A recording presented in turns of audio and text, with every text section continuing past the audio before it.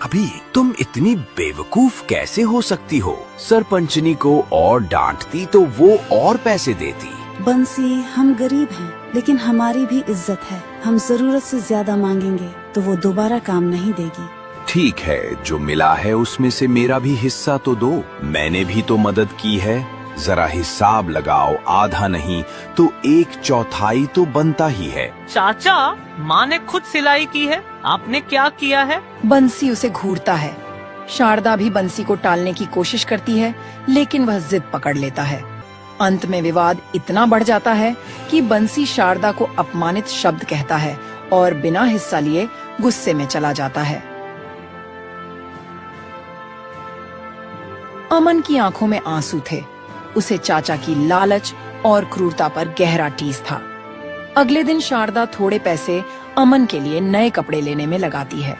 गांव के छोटे से बाजार में वह अमन को एक साधारण सा शर्ट दिलाती है। अमन के लिए यह बहुत बड़ी खुशी थी। वे दोनों दुकान से निकलते हैं तो कुछ लोग चकित नजरों से देखते हैं। देखो देखो, अब इन्हें नए कपड़े भी नसीब हो रहे हैं। कहीं ऊंचा कर्ज तो नहीं उठा लिया? हमने अपनी मेहनत से कमाया है, किसी से मांगा नहीं। अमन और शारदा घर लौटते हैं। अमन की चाल में एक नए आत्मविश्वास की झलक दिखती है।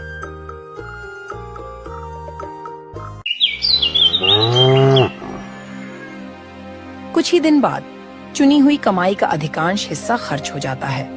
राशन, घर के टूटे हिस्से की मरम्मत, अमन के कपड़े इत्यादि में। झोपड़ी के अंदर वही अभाव की स्थिति फिर से लौटने लगती है। सिलाई के काम की नियमितता नहीं थी। सरपंचनी के आर्डर के बाद कोई बड़ा काम नहीं मिला। माँ, हम फिर से वैसे ही हालात में आ गए। थोड़ा बहुत ही पैसा बचा है ना? हमें चलते रहना होगा बेटा, कोई ना कोई काम मिल जाएगा। ईश्वर पर भरोसा रखो। लेकिन माँ, लोग हमारी हंसी उड़ाते हैं, मुझे गुस्सा आता है। शारदा बेटे को समझाती है कि हर संघर्ष में धैर्य और मेहनत ही आगे का रास्ता होता है, पर अमन के दिल में कहीं चिढ़ बढ़ रही थी। कभी उस पर हंसी, कभी लालची चाचा के तंज, कभी सरपंचनी का ऊंचा व्यवहार उसे सता रहा था।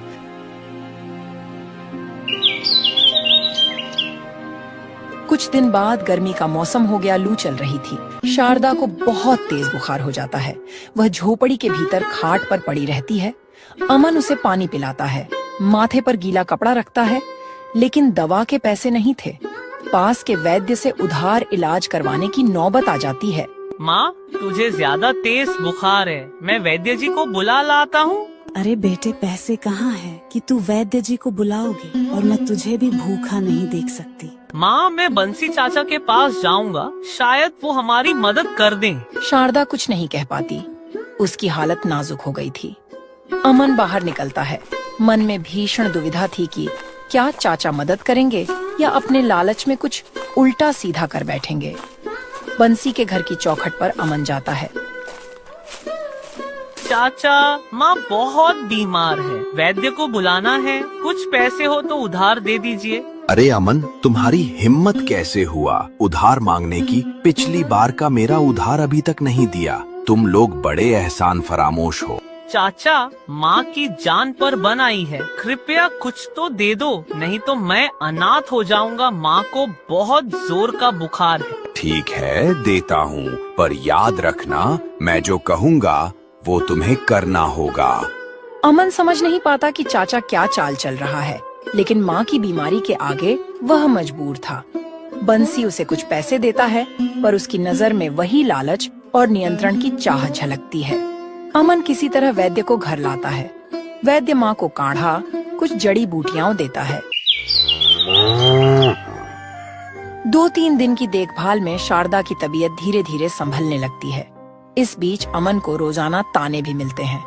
लोग पूछते हैं कि कहीं बंसी ने तुम्हें अपना गुलाम तो नहीं बना लिया।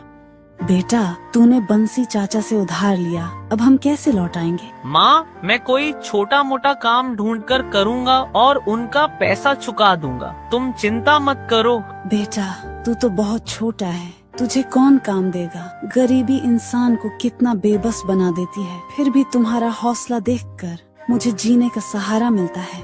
अमन के भीतर भी दर्द था, पर माँ को देखकर वह अपनी भावनाओं पर काबू रखता है। कुछ दिन और बीतते हैं। शारदा की हालत सुधर रही थी, लेकिन कमाई का कोई पुख्ता जरिया नहीं था। इसी दौरान खबर मिलती है कि पास के गांव में एक मेला लगने वाला है, जहां छोटे कारीगर और दुकानदार अपने सामान के स्टॉल लगाकर कुछ कमा सकते हैं। अमन को लगता है माँ कढ़ाई या सिलाई के कुछ छोटे छोटे रुमाल, मेज पोश आदि बनाकर बेच सकती है। अमन गांव की चौपाल में यह विचार रखता है, मगर वहाँ बैठे लोग फिर उसका मजाक बनाने लगते हैं। अरे अमन, इतना आसान होता तो सब वहीं जाकर अमीर बन जाते। तुम 2 कौड़ी के लोग क्या कमा लोगे? मेला लगा के मेला लगने में अभी 1 हफ्ता है, वहाँ स्टॉल लगाने के लिए पैसे लगते हैं। तुम कहाँ से लाओगे पैसा? मैं कुछ उपाय ढूंढ लूंगा। वहाँ मौजूद कई लोग हंसी ठिठोला करते हैं, पर अमन हार नहीं मानता। उसकी इच्छा थी कि माँ के बनाए सामान से कुछ तो कमाई हो जाए। अमन मजबूरी में फिर बंसी चाचा के घर पहुँचता है। उसे मेले में स्टॉल की फीस भरने के लिए कुछ पैसों की जरूरत थी। शारदा ने घर में कुछ कपड़े तैयार करने की सोची थी। बंसी के दरवाजे पर 2 आदमी बैठे थे। बंसी जैसे ही अमन को देखता है तो हंसकर पूछता है, अरे अमन, तुम बड़े परेशान लग रहे हो। लगता है गरीबी की मार तुम पर अभी भी है। क्या करोगे? सब तुम्हारे पिता की गलती है कि वो तुम्हें जन्म देकर मर गया। चाचा जी, आप ये क्या कह रहे हैं? मेरी मजबूरी का मजाक मत बनाओ और मुझे कुछ कर्ज दे दो। मुझे पैसों की बहुत जरूरत है। अरे बेशर्म भतीजे, तुम फिर आ गए पैसों के लिए। पिछला कर्ज चुकाया नहीं और नए की बात कर रहे हो। चाचा, आपको धीरे धीरे सब लौटा दूंगा। मेले में स्टॉल लगाना है, माँ कुछ रुमाल चादरें बना देगी तो शायद मुनाफा हो जाए। ठीक है, मैं तुम्हें पैसे दूंगा, लेकिन इस बार मुनाफे का आधा हिस्सा मेरा होगा और तुम दोनों माँ बेटे मुझे कभी मना नहीं करोगे। अमन के पास और कोई चारा नहीं था। वो गहरी सांस लेकर हामी भर देता है।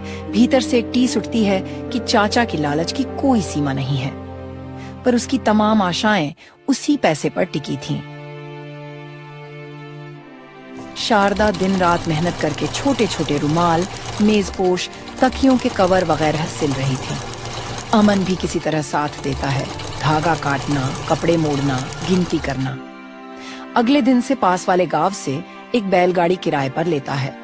फिर उसी में सामान ले जाकर मेले में सजाता है। गांव में कुछ लोगों को पता चल गया कि ये माँ बेटे मेला लगाने वाले हैं, तो वे पीछे से तरह तरह के ताने कस रहे थे। लगता है इनका दिमाग खराब हो गया है। मेला क्या बच्चों का खेल है? पूरा पैसा डूब जाएगा। अमन ये सब सुनता है। उसे तकलीफ होती है, लेकिन वह अपनी उम्मीद बनाए रखने की कोशिश करता है। जब भी उसकी आंखों के आगे माँ का थका हुआ चेहरा आता है, वह सोचता है, मेरी वजह से माँ को कोई खुशी मिल पाए तो मैं कोई भी अपमान झेल लूंगा। एक दिन अमन और शारदा एक बैलगाड़ी में अपने कपड़ों का गट्ठर, सिली हुई चादरें, रुमाल और कुछ सजावटी सामान लेकर कस्बे के मेले में पहुंचते हैं। सब तरफ रौनक थी। कई तरह के खाने पीने के स्टॉल, खिलौनों की दुकानें के प्रदर्शन था। अमन एक छोटा सा कोना ढूंढकर अपना स्टॉल सजाता है। कुछ देर तक कोई खरीदार नहीं आता, लेकिन धीरे धीरे 2-4 लोग रुककर पूछताछ करने लगते हैं। शारदा नम्रता से उन्हें बताती है कि ये हाथ से सिले कपड़े हैं, सुंदर कढ़ाई के साथ। कुछ देर में सामान धीरे धीरे बिक्री शुरू होती है। अमन के चेहरे पर उम्मीद की किरण फूटती है। लगता है जैसे पहली बार जिंदगी में उसे सम्मान मिल रहा हो। कुछ ग्राहकों को उसका काम वाकई पसंद आता है। वे तारीफ करते हैं। शाम तक स्टॉल का आधा सामान बिक चुका था। अमन और शारदा प्रसन्न थे, मानो एक छोटा सा सपना पूरा होता देख रहे हों। गांव के ताने, चाचा की लालच और सब अपमान इस एक पल में कुछ कम होने लगता है। बेटा देखो, इतना तो हमने सोचा भी नहीं था। अगर कल भी ऐसा हुआ तो हम अच्छा कमा लेंगे। अमन मुस्कुराता है। उसकी आंखों में भावुक चमक थी। उसे महसूस हो रहा था कि मेहनत रंग ला रही है। हंसी उड़ाने वालों को करारा जवाब मिल सकता है। शेष 2 दिनों में शारदा और अमन की मेहनत व ईमानदारी का फल मिलता है। मेले में उनका सारा सामान बिक जाता है और खूब पैसे कमाते हैं। उन्होंने पहले कभी इतनी बड़ी रकम हाथ में नहीं ली थी। उन दोनों की मेहनत और कला पूरे इलाका में प्रसिद्ध हो जाते हैं। फिर वह दोनों अपना निजी कपड़े की दुकान खोलते हैं। फिर शारदा कपड़ा सिलाई करती है और अमन दुकान पर कपड़ा बेचता है।